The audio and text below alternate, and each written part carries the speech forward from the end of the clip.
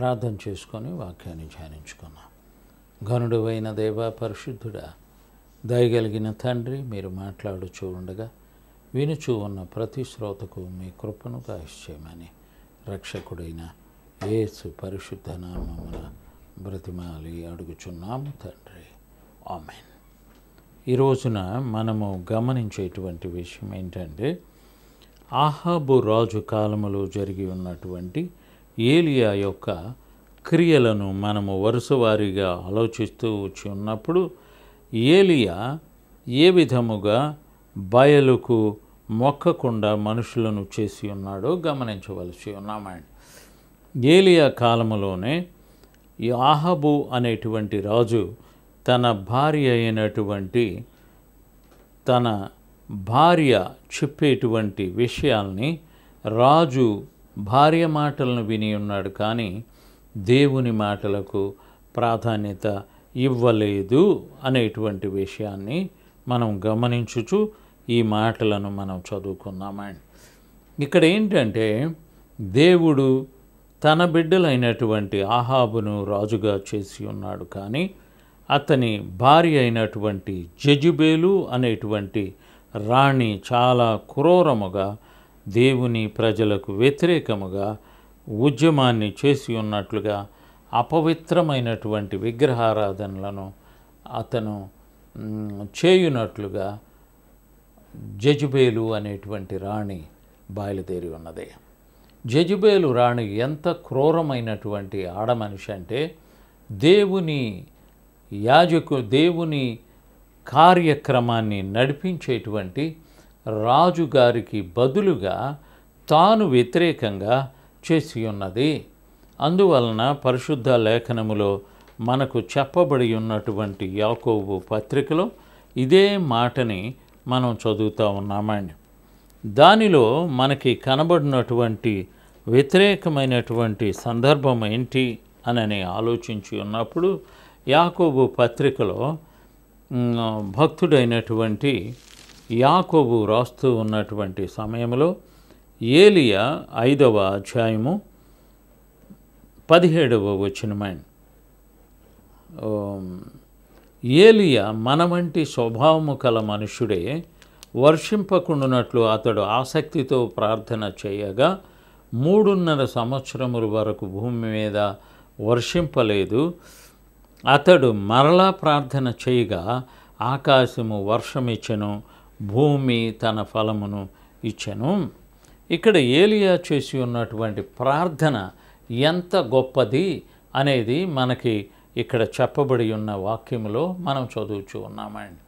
దేవుని సేవకుడైనటువంటి ఏలియా ప్రార్థన చేసి ఉన్నప్పుడు 3.5 సంవత్సరాలు ఆకాశములో నుండి వర్షము కురిపించకుండా దేవుడు చేసి ఉన్నాడు. దేవుడు ఎంత గొప్పవాడు అనేటువంటి విషయాన్ని తెలుసుకోవడానికి, దేవుని ప్రజలందరూ గమనించటానికి దేవుడు చేసి ఉన్నటువంటి ఈ కార్యక్రమాన్ని మనం ఒక్కసారి ఆలోచించవలసి ఉన్నాం. దేవుని సేవకుడైనటువంటి ఏలియాని దేవుడు ఘనపరుచుచూ ఉన్నాడు.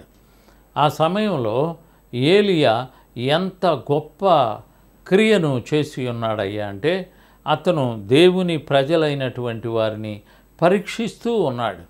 3.5 సంవత్సరాలు దేవుడు అక్కడ వర్షము లేకుండా చేసి ఉన్నాడు.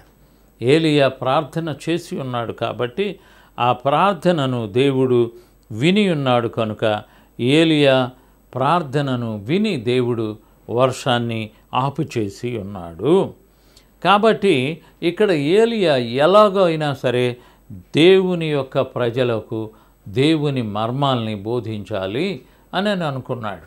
అందుకని ఇతను ఏం చేశాడయ్యా అంటే, దేవుని ప్రజలైనటువంటి ఆ రోజుల్లో ఉన్నటువంటి ఆహాబు రాజు కాలములో ఉన్నటువంటి ప్రజలందరినీ కూడా ఒక బలమైనటువంటి యాజకత్వాన్ని ఇతను నడిపించి ఉన్నాడు. 19వ వచనములో 1వ రాజుల గ్రంథము 18వ అధ్యాయము 19వ వచనంలో చదువుకుందాం. అయితే ఇప్పుడు నీవు ఇశ్రాయేలు వారిని అందరినీ యెజెబెలు పోషించుచు ఉన్న బయలు దేవత ప్రవక్తలు 450 మందిని, అషేరాదేవి ప్రవక్తలైన 400 మందిని నా యొద్దకు కొర్నేలు పర్వతమునకు పిలిపించుమని చెప్పెను. ఆహాబు ఇశ్రాయేలు వారందరి యొద్దకు దూతలను పంపి ప్రవక్తలను కర్నేలు పర్వతమునకు సమకూర్చెను. ఏలియా జనులందరినీ దగ్గరకు వచ్చి, ఎన్నాళ్ళు మట్టుకు మీరు 2 తలంపుల మధ్య తడబడుచూ ఉందురు?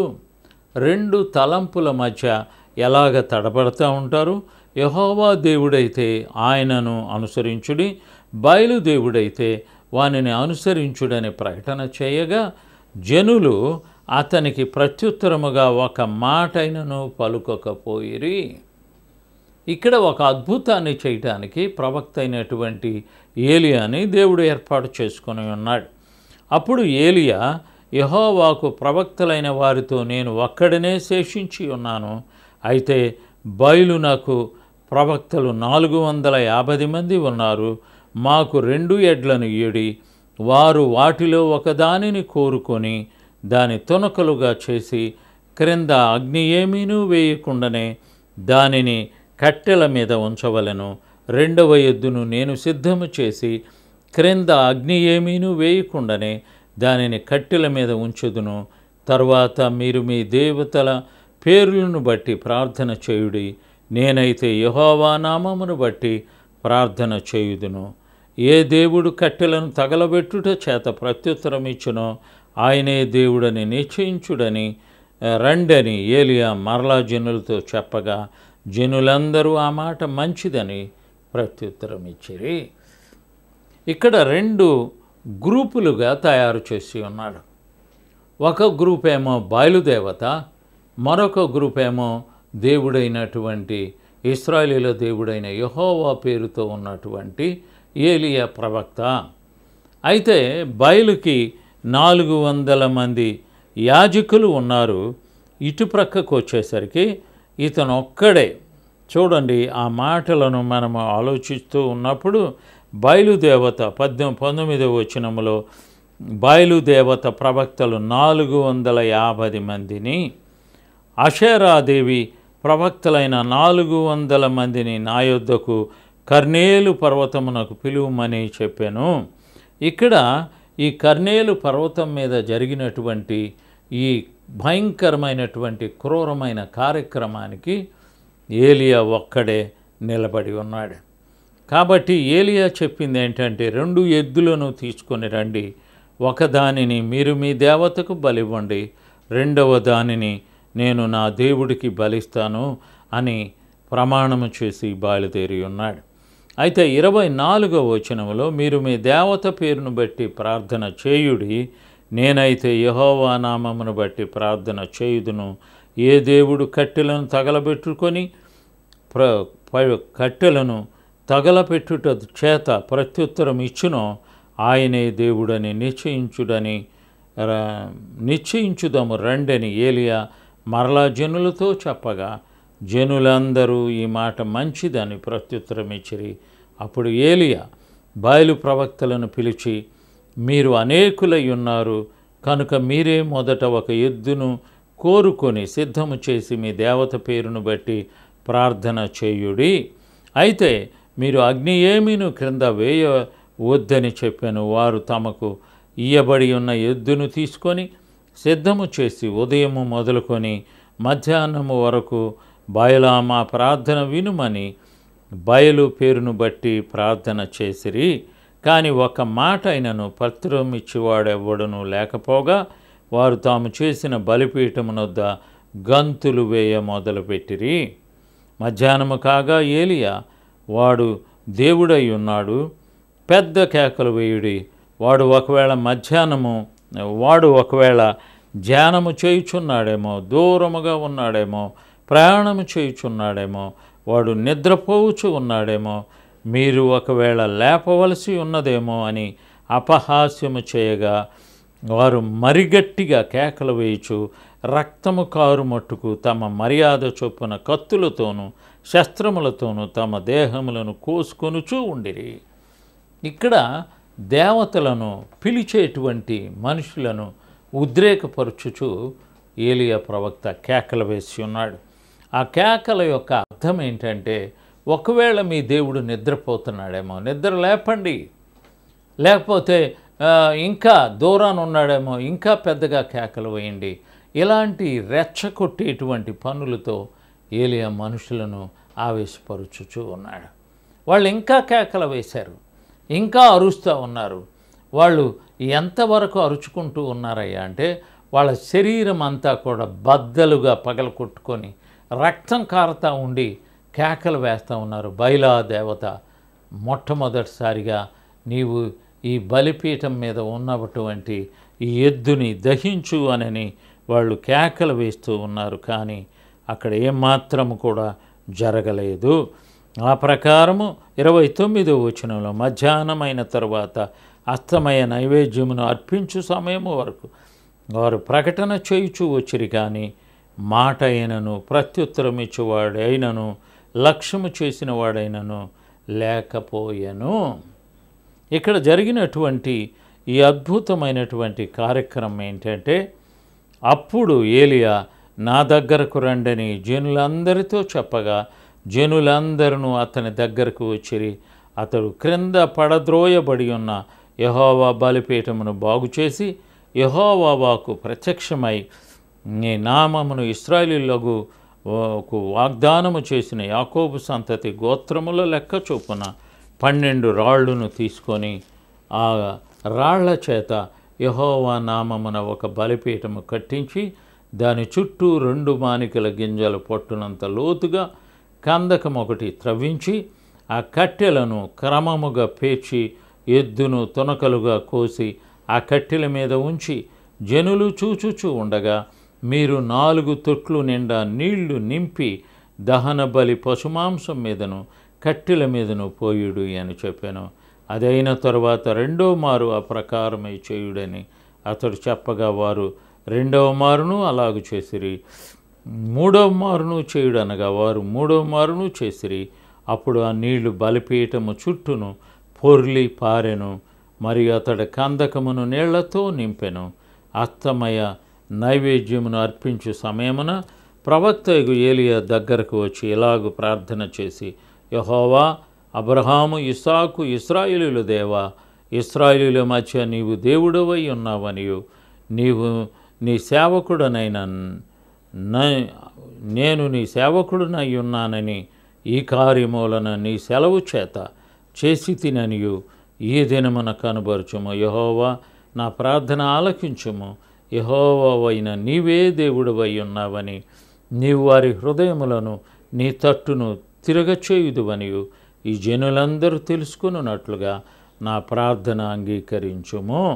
అతడు ఇలాగ ప్రార్థన చేయుచు ఉండగా యెహోవా అగ్ని దిగి దహన బలి పశువును, కట్టెలను, రాళ్లను, బుగ్గిని దహించి కందకమందున్న నీళ్లను ఆరిపోచేసెను. అంతట జనులందరూ దాన్ని చూచి సాగిలపడి యెహోవాయే దేవుడు, యెహోవాయే దేవుడని కేకలు వేసిరి. ఎంత భయంకరమైనటువంటి కార్యక్రమం అంటే, వారందరూ కూడా ఆశ్చర్యపోయారు. ఎందువలనంటే అక్కడ ప్రార్థన చేసి ఉన్నటువంటి భక్తుడైన ఏలియా ప్రార్థనను దేవుడు విని ఉన్నాడు. ఆకాశములో నుండి అగ్ని వచ్చింది. దహన బలిపీఠం మీద ఉంచబడి ఉన్నటువంటి మాంసాన్ని, అలాగనే నీళ్లను, ఆ చుట్టూ కందకములో ఉన్నటువంటి వాటన్నింటినీ కూడా హరించివేసి దేవుడు తన నామాన్ని ఘనపరుచుకున్నాడు. అప్పుడు జనులందరూ కూడా కేకలు వేసి, అనగా అక్కడ ఉన్నటువంటి మనుషులు ఏ విధముగా చేసి ఉన్నారయ్యా అంటే, నీళ్లు పోసి ఉన్నటువంటి ఆ మనుషులు రాళ్లను బుగ్గిగా దహించి కందకమందున్న నీళ్లను ఆరిపోచేసెను. అంతటా జనులందరూ దాన్ని చూచి సాగిలపడి యెహోవాయే దేవుడు, యెహోవాయే దేవుడు అని కేకలు వేసిరి. అప్పుడు ఏలియా ఒకనినైనను తప్పించుకొని పోనీయక బయలు ప్రవక్తలను పట్టుకొనుడని వారికి సెలవీయగా జనులు వారిని పట్టుకొనిరి. ఏలియా కిషోను వాగు దగ్గర వారిని తీసుకొని అక్కడ వారిని వధించెను. పిమ్మట ఏలియా విస్తారమైన వర్షం వచ్చినట్లుగా ధ్వని పుట్టుచు ఉన్నది. నీవు పోయి భోజనము చేయమని అహాబుతో చెప్పగా అహాబు భోజనము చేయబోయెను గాని ఏలియా కర్నేలు పర్వతం మీదకు పోయి నేల మీద పడి ముఖము మోకాళ్ళ మీద ఉంచుకొని తరువాత అతడు తన దాసుని పిలిచి, నీవు పైకి పోయి సముద్రము వైపు చూడుము అనగా వాడు మెరక ఎక్కి పారచూచి ఏమీను కనబడలేదనగా అతడు ఇంకా 7 మారులు పోయి చూడుమని చెప్పెను. 7వ మారు అతడు చూచి, ఇదిగో మనిషి చెయ్యి అంత చిన్న మేఘము సముద్రములో నుండి పైకి ఎక్కుచూ ఉన్నది అనెను. అప్పుడు ఏలియా, నీవు ఆహాబు దగ్గరకు పోయి నీవు వెళ్లకుండా వర్షము నిన్ను ఆపకుండానట్లు నీ రథమును సిద్ధపరుచుకొనుమని చెప్పుమని వాణ్ణి పంపెను. అంతటా ఆకాశం మేఘములతోనూ గాలివానతోనూ కారు కమ్మెను. మోపైన వాన కురిసెను కనుక ఆహాబు రథమెక్కి ఇజ్రాయేలునకు వెళ్ళిపోయాను. యెహోవా హస్తము యెహోవాను బలపరచగా అతడు నడుము బిగించుకొని ఆహాబు కంటే ముందుగా పరిగెత్తుకొని పోయి ఇజ్రాయేలు గుమ్మము నొద్దకు వచ్చెను. ఇక్కడ జరిగినటువంటిది ఏంటంటే ఒక గొప్ప అద్భుతాన్ని దేవుడు చేసి ఉన్నాడు. వర్షం కురుస్తుంది అని చెప్పాడు. 7 సార్లు పోయి ప్రవక్తను చూడమన్నాడు. 7 సార్లు కూడా అతనికి ఏమీ కనబడలేదు. 7వసారికి వచ్చేసరికి చెయ్యి అంత మేఘము ఆకాశములోకి ఎక్కడం చూస్తూ ఉన్నాను అని చెప్పినప్పుడు, నువ్వు పోయి రాజుగారికి చెప్పు అని చెప్పి ఉన్నాడు. కాబట్టి ప్రవక్త అయినటువంటి ఏలియా ఎంత గొప్ప కార్యాన్ని అక్కడ చేసి ఉన్నాడో మనం గమనించవలసి ఉన్నామండి.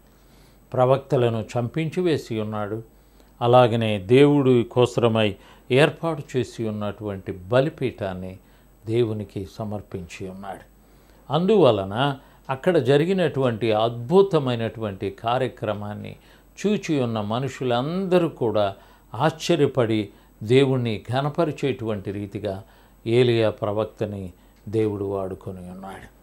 అయితే జరిగినటువంటి కార్యక్రమం ఏంటయ్యా అంటే ఈ ఏలియాని భయపెట్టేటువంటి రీతిగా చూడండి. అక్కడ మనము ఒక విషయాన్ని చూడవచ్చండి. 2వ వచనములో 19వ అధ్యాయము 2వ వచనములో యెజబేలు ఒక దూత చేత ఏలియాకు ఈ వర్తమానం పంపెను. రేపు ఈ వేళకు నేను నీ ప్రాణమును వారిలో ఒకని ప్రాణము వలె చేయని ఎడల దేవుడు నాకు గొప్ప అపాయము కలుగుజేయునుగాక. కాబట్టి అతడు ఆ సమాచారం తెలుసుకొని లేచి తన ప్రాణమును కాపాడుకొనుటకై పోయి యోధా సంబంధమైన బెర్షెబకు చేరి అక్కడ ఉండుమని తన దాసునితో చెప్పి తాను ఒక దిన ప్రయాణం అరణ్యములోనికి పోయి ఒక బదరీ వృక్షము కింద కూర్చుండెను. మరణాపేక్ష కలవాడ యెహోవా, నా పితరుల కంటే నేను ఎక్కువ వాడను కాను, ఎంత మట్టుకు చాలును, నా ప్రాణము తీసుకునిమని ప్రార్థన చేశాను.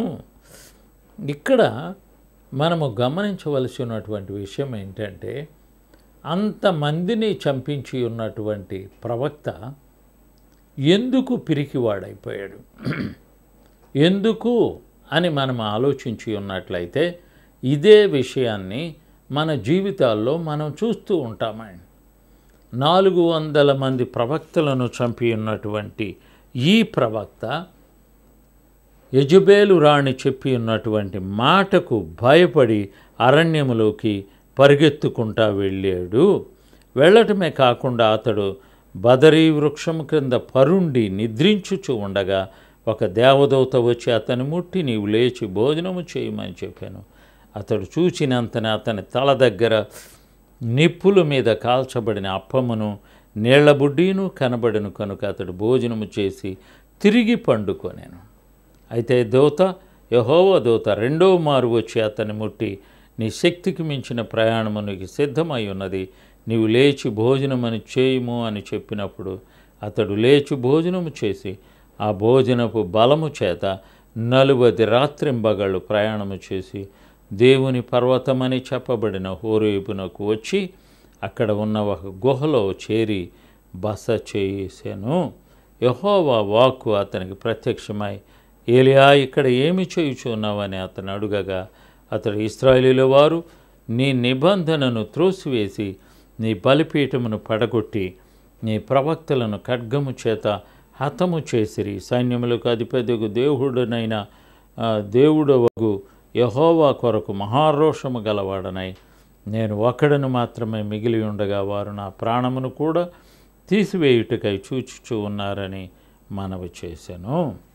ఇక్కడ జరిగినటువంటి అద్భుతం ఏంటంటే, ఇతను చాలా మంచివాడను, చాలా గట్టివాడను, చాలా మనసున్నటువంటి వాడను అనేటువంటి రీతిగా దేవుని దగ్గర మొరపెట్టుకుంటూ ఉన్నాడు. కానీ ఇతను ఎంత పిరికివాడయ్యా అంటే, వారు నా ప్రాణమును కూడా తీసివేయుటకై చూచుచూ ఉన్నారని మనవి చేసిన. అందుకైన నీవు పోయి పర్వతం మీద యెహోవా సముఖమందు నిలిచి ఉండుమని సెలవిచ్చెను.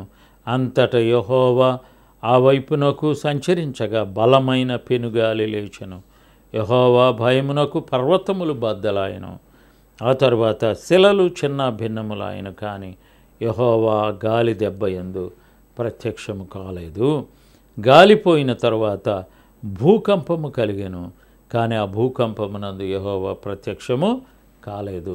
ఆ భూకంపమైన తర్వాత మెరుపు పుట్టెను. కానీ ఆ మెరుపునందు యెహోవా ప్రత్యక్షము కాలేదు. మెరుపు ఆగిపోగా మిక్కిలి నిమ్మళముగా మాట్లాడు ఒక స్వరము వినబడెను. ఏలియా దాన్ని విని తన దుప్పటిలో ముఖము కప్పుకొని బయలుదేరి గుహవాకిట నిలిచెను. అంతటా ఏలియా, నీవిక్కడ ఏమి చేయుచూ ఉన్నావని ఒకడు పలికిన మాట అతనికి వినబడెను. అందుకు అతడు, ఇశ్రాయేలీయుల వారు నీ నిబంధనను త్రోసివేసి నీ బలిపీఠములను పడగొట్టి నీ ప్రవక్తలను ఖడ్గము చేత హతము చేసిరి. సైన్యములకు అధిపతి యెహోవా కొరకు మహారోషము గలవాడనై నేను ఒకడును మాత్రమే మిగిలి ఉండగా వారు నా ప్రాణమును తీసివేయుటకై చూచుచూ ఉన్నారని చెప్పాను. అప్పుడు యెహోవా అతనికి సెలవిచ్చినదేమనగా, నీవు మరల అరణ్య మార్గమున దమస్కునకు పోయి దానిలో ప్రవేశించి సిరియా దేశం మీద హజయేలునకు పట్టాభిషేకము చేయుము. ఇశ్రాయేలీయులు వారి మీద నింషీ కుమారుడైన యోహోకు పట్టాభిషేకము చేయును. నీ కుమారుగా ప్రవక్తయుండుటకు అబెల్కేల వాడైన షాఫాతు కుమారుడైన ఎలీషాకు అభిషేకము చేయుము. హజయేలు యొక్క ఖడ్గమును తప్పించుకొనిన వారిని యెహోవా హతము చేయును. యెహోవా యొక్క ఖడ్గము తప్పించుకొనిన వారిని ఎలీషా హతము చేయును. ఆయనను ఇశ్రాయేలీయుల వారిలో బయలుకు మోకాళ్ళునక నోటితో దాన్ని ముద్దు పెట్టుకొనకయు ఉండు 7,000 మంది నాకు ఇంకనూ మిగిలి ఉన్నారు. ఇక్కడ మనం గమనించవలసింది ఏంటంటే, ఎలీషా ప్రవక్తని అభిషేకించకముందు ఏలియా ఏమని చెప్పుకున్నాడంటే, నేను ఒక్కడే మిగిలి ఉన్నాను అని అనుకున్నాడు. కానీ దేవుడు బయలుకు మొక్కనటువంటి 7,000 మంది నా బిడ్డలు ఉన్నారని దేవుడు చెప్తున్నాడు. అంటే దాని అర్థం ఏంటంటే, మనుషులు చాలాసార్లు తనంత భక్తి కలిగినటువంటి వాళ్ళు ఇంకెవ్వరూ లేరు అని చెప్పుకొని తాత్కాలికమైన నిర్ణయాన్ని తీసుకుంటూ ఉంటారు. కానీ దేవుడు ఏమని చెబుతున్నాడంటే, బయలుకు మొక్కనటువంటి 7,000 మందిని నేను ఏర్పరచుకొని ఉన్నాను. కాబట్టి వాళ్ళని ఏలియాకు బదులుగా ఎలీషాని దేవుడు ప్రవక్తగా అభిషేకించటానికి ఏర్పాటు చేస్తూ ఉన్నాడు. దేవుని యొక్క పని ఎప్పుడు కూడా ఆగదు అనేటువంటి నిదర్శనాన్ని మనం ఈ యొక్క సందర్భంలో గమనించవచ్చాను. ఆహాబు రాజు కంటే లేకుంటే జెజబేలు రాణి కంటే ఏలియా కంటే కూడా గొప్పవాడైన దేవుణ్ణి మనం గమనించవలసి ఉన్నాం. దేవునికి అసాధ్యమైనటువంటిది ఏది ఎక్కడ ఉండదు అని మనము గమనించవలసి ఉన్నాం. దేవుని సేవకుడైనటువంటి ఏలియా పడి ఉన్నటువంటి కలవరాన్ని మనం చూస్తూ ఉన్నాం. ఈ కలవరంలో అతను పలు రకాలైనటువంటి భయాలతోనూ కంగారుతోనూ ఒక చోటు నుండి మరొక చోటుకి, ఒక చోటు నుండి మరొక చోటుకి, ఈ విధంగా అనేక చోట్లకు వెళ్ళుచు దేవుణ్ణి ఘనపరిచినట్లుగా అనుకున్నాడు. కానీ అతను పిరికివాడై పారిపోతూ ఉన్నాడు. దేవుడైతే ఆ విధమైనటువంటి పిరికితనాన్ని ఎక్కడా కూడా సహకరించలేదు అనేటువంటి సత్యాన్ని మనం తెలుసుకొనవలసి ఉన్నాం. కాబట్టి దేవుని ప్రజలైనటువంటి మనము తెలుసుకొనవలసి ఉన్నటువంటి ఈ సందర్భాన్ని మనము ప్రత్యేకంగా ఆలోచించుకొని దేవుని ప్రజలను దేవుడు భద్రపరుస్తూ ఉంటాడు. దేవుని ప్రజలను ఎల్లప్పుడూ కూడా కాచేటువంటి కునుకని నిద్రించినటువంటి దేవుణ్ణి మనం కలిగి ఉన్నాం. అలాగనే ఏలియా ఎంత పిరికివాడ ఎంతో కార్యాన్ని చేసేనని కంగారుపడి ధైర్యపడినట్లుగా కనబడ్డాడు. కానీ అతను పిరికివాడైపోయి పారిపోయి దేవుడా నన్ను చంపు అనని ప్రార్థన చేసి ఉన్నాడు. కాబట్టి ప్రియులారా, ఎంతో మందిని చంపించి ఉన్నటువంటి బయలుదేవత ప్రవక్తలను చంపినటువంటి ఏలియాకు ఎందుకు ఇంత పిరికితనాన్ని సాతానుడు నూరిపోసి ఉన్నాడయ్యా అంటే, అతను చంపినటువంటి సమయంలో తన శక్తి అనుకున్నాడు, కానీ దేవుడు వాళ్ళని నాశనం చేశాడు అనేటువంటి విషయాన్ని అతను అంగీకరించలేదు. అంతేకాకుండా అతనే గొప్పవాడిని అని అనుకున్నాడు, కానీ దేవుని యొక్క గొప్పతనానికి ప్రాధాన్యత అతను ఇవ్వలేదు. కాబట్టి ప్రియులారా, మనం ఒక్కసారి మన జీవితాల్ని గమనించుదాం. మన పరిస్థితి కూడా అలాగనే ఉన్నదా? అలాగ ఉన్నట్లయితే దేవుడు ఆ విధమైనటువంటి సూచనలను జ్ఞాపకం చేసుకుంటూ మనతో మాట్లాడుతూ ఉన్నాడు. మన జీవితాల్ని ఆయనకు అనుకూలంగా తయారు చేసుకొని దేవుని యొక్క మాటలను మనమందరం కూడా గౌరవించుకుంటూ దేవుని యొక్క కట్టడలో మనము నడుచుకున్న వల్లనే ప్రభువు మనందరినీ కూడా ఆహ్వానిస్తూ ఉన్నాడు. కాబట్టి దేవుని యొక్క ప్రమాణ వాక్యములను బట్టి మన జీవితాల్ని దైవానుకూలముగా తయారు చేసుకొని దైవ చిత్తానుసారముగా మనము బలవంతులమయ్యుండి అపవాది యొక్క క్రియలను లయపరుచుకున్నటువంటి దేవుని మీద మనం ఆధారపడి సాగి వెళ్ళినప్పుడు తప్పకుండా దేవుడు మన పక్షమున ఉండి మనకు జయాన్ని అనుగ్రహిస్తాడని మన జీవితాలలో దేవుడు మనకు నేర్పుతూ ఉన్నాడు. కాబట్టి మనం ఎక్కడ ఉన్నామో ఒక్కసారి పరిశీలించుకొని ప్రభువుకి మన హృదయాల్ని సమర్పించుకొని, ప్రభువా మేమున్నాము, మమ్ములను మీరే ఏలుకొని మీ చిత్తానుసారముగా మమ్ములను మీ నామఘనత కొరకు వాడుకొనమని మనము ప్రభువుకి సమర్పించుకొనవలనని ప్రభు పేరట మనవి చేస్తూ ఉన్నాను. ప్రార్థన చేసుకున్నాం. ఘనుడు అయిన దేవా, పరిశుద్ధుడా, మీరు అనుగ్రహించి ఉన్నటువంటి సమయానికై వందనాలు. ఏలియా పారిపోయి పిరికివాడైపోయి ఉన్నాడు. అంత మాత్రాన మీ నామాన్ని ఘనపరుచుకోవడానికి ఏలియా ఒక్కడితోనే ఆపకుండా 7,000 మంది ప్రవక్తలను మీరు ఏర్పరచుకొని ఉన్నారు. కనుక నా దేవ, మీ చిత్తానుసారముగా మీ బిడ్డలమైన మేము మీ యందు భయభక్తులతో ధైర్యము కలిగి మీ నామం పేరుతో సాగి వెళ్ళే భాగ్యము దాయిచేయమని వినుచూ ఉన్న ప్రతి శ్రోతకు మీ కృపను అనుగ్రహించవలసి ఉన్నదిగా మా రక్షకుడు మా ప్రభువును అయ్యున్నటువంటి యేసు ప్రభువు వారి అతి పరిశుద్ధ నామమున మిక్కిలి బ్రతిమాలి అడిగి వేడుకుంటూ ఉన్నాము తండ్రి. ఆమేన్.